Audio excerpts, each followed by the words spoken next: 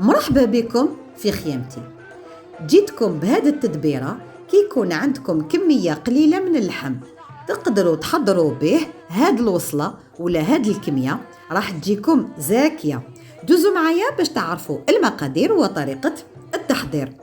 في مقلاة حطيت شوية من الزيت الزيتون، وكان عندي غير 2 ستيك اللي كنت قطعته هكذا بالطول.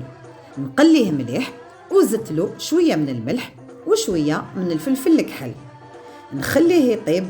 وكي اللحم تاعي يبدا يطلق الماء تاعو، زدت عليه 3 فصوص من الثوم اللي تكون مقطعه رقيق.